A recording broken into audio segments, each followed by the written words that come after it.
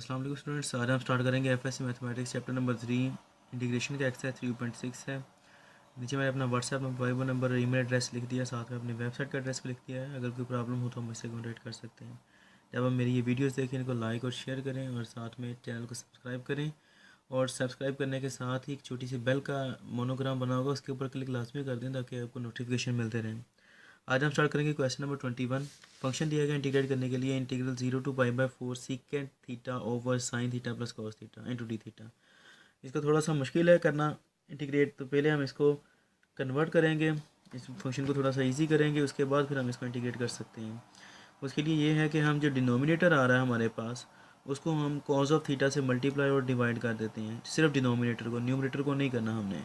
यानी कि ये आ रहा है sign theta plus cos theta, इसको हम करते हैं cos theta over cos theta कर देते हैं, इंटू डी थीटा आ जाएगा हमारे पास। ठीक है, अब ये जो डिनोमिनेटर आ रहा है इसका denominator cos of theta over cos of theta, ये नीचे वाला कॉस ऑफ थीटा, इसको हम दोनों के साथ डिवाइड कर देते हैं। तो ये क्या आएगा हमारे पास 0 to π/4 सीकेंड थीटा ओवर, ये अब क्या आ जाएगा sine theta over cos theta plus cos theta over cos theta. ये वाला जो नीचे वाला था इसको हमने दोनों के साथ मल्टीप्लाई कर दिया और ऊपर वाला कॉस ऑफ थीटा वैसे का वैसे ही रहेगा, cos of theta into d theta आ जाएगा। अच्छा, अब उसके बाद इंटीग्रल 0 to π/4 आ जाएगा हमारे पास। ठीक है जी, सीकेंड थीटा, अब ये वाला जो कॉस ऑफ थीटा इसके ऊपर 1 आ रहा है, ये आपको पता है, तो 1/cos थीटा हम इसको यहाँ पर भी लिख सकते हैं 1/cos थीटा, क्योंकि ये सेम चीज़ है। 1/cos थीटा यहाँ पर लिख दें या ये यहाँ पर आ जाए, एक ही बात है। ठीक है, साइन ओवर कॉस टेन होता है, ये कॉस और कॉस कैंसिल आउट हो जाएंगे, तो ये क्या आएगा टेन थीटा प्लस 1 आ जाएगा इंटू डी ऑफ थीटा। ये 1/cos थीटा जो होता है ये आपको पता है, ये अगेन सीकेंड थीटा ही होता है, 5/4 secant theta into secant theta over tan theta plus 1 into d theta आ जाएगा।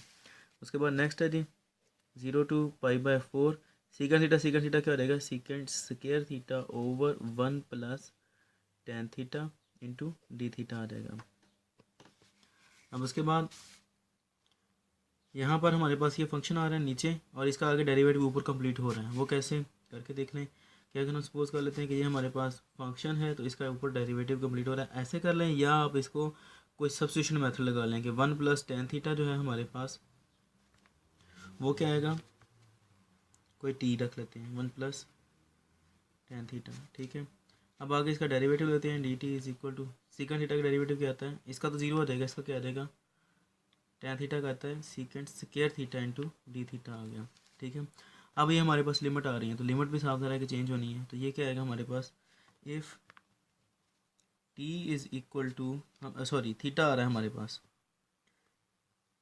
थीटा क्या आ रहा है हमारे पास ये ज़ीरो है, then T is equal to क्या होगा 1 प्लस टी किसके इक्वल है 1 प्लस टेन थीटा के, 1 प्लस टेन थीटा है, थीटा क्या रख दिया हमने 0 डिग्री, 0 से बना ये वाला है, 0 यहाँ पर डिग्री को नहीं रेडियन को शो कर रहा है क्योंकि ऊपर π/4 है, π/4 रेडियन में आता है, तो इसलिए लिमिट हमेशा सेम ही होती है, सेम यूनिट्स में आती है। अगर ये डिग्री में आ रहा है तो ये भी डिग्री में, अगर ये ऊपर वाला रेडियन में आ रहा है आपको कन्फर्म हो गया है, तो फिर नीचे वाला भी 0 रेडियन है। तो ये क्या आएगा 1 प्लस, अब टेन जो होता है 0 डिग्री वो किसके इक्वल आता है हमारे पास, तो ये हमारे पास 0 हो जाएगा, टेन ऑफ 0 0 होता है, तो ये टी क्या आ जाएगा 1। हम कह सकते हैं कि if theta is equal to 0 tan is equal to 1। अब नेक्स्ट देख लेते हैं कि if theta is equal to π/4 है, ये देखें π/4 है, पहले 0 लिमिट थी, अब ये लिमिट चेंज करनी है हमने, π/4 आ गई, तो क्या आएगा T, then T is equal to क्या आएगा 1 प्लस टेन, थीटा है तो थीटा की जगह पर क्या आएगा π/4।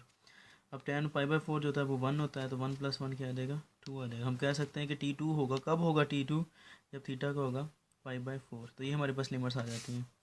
अब अगेन हम स्टार्ट करते हैं यहाँ से ये पे से कि integral 0 to π/4 secant square theta over 1 plus tan theta into d theta किसके इक्वल आएगा, 0 थी हमारे पास लिमिट, तो वो 0 हमने क्या बना दी थी 1 बना दी थी जब टी में कन्वर्ट किया।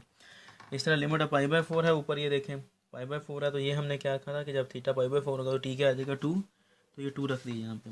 सीकेंड्स क्या थीटा डी थीटा किसके इक्वल है, सीकेंड्स क्या theta D theta D T के इक्वल है, तो ये डी टी आ जाएगा। और ये सारे के सारा 1 प्लस टेन थीटा ये हमने क्या रखा था, ये टी रखा था, तो यहाँ पर टी आ जाएगा।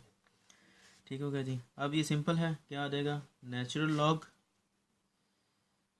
टी आ जाएगा 1 to 2 आगे लिमिट, नेचुरल लॉग ऊपर लिमिट अप्लाई कर दें minus natural log lower limit apply कर दें तो क्या आएगा नेचुरल लॉग 2, नेचुरल लॉग 1 जो होता है ये 0 होता है, तो अब पीछे क्या हमारे पास था नेचुरल लॉग 2। ये आंसर है, उम्मीद है कि आपको समझ आ गया होगा। अगर कोई प्रॉब्लम हो क्वेश्चन में तो आप मुझसे कॉन्टैक्ट कर सकते हैं। अपनी दुआ में याद रखिएगा।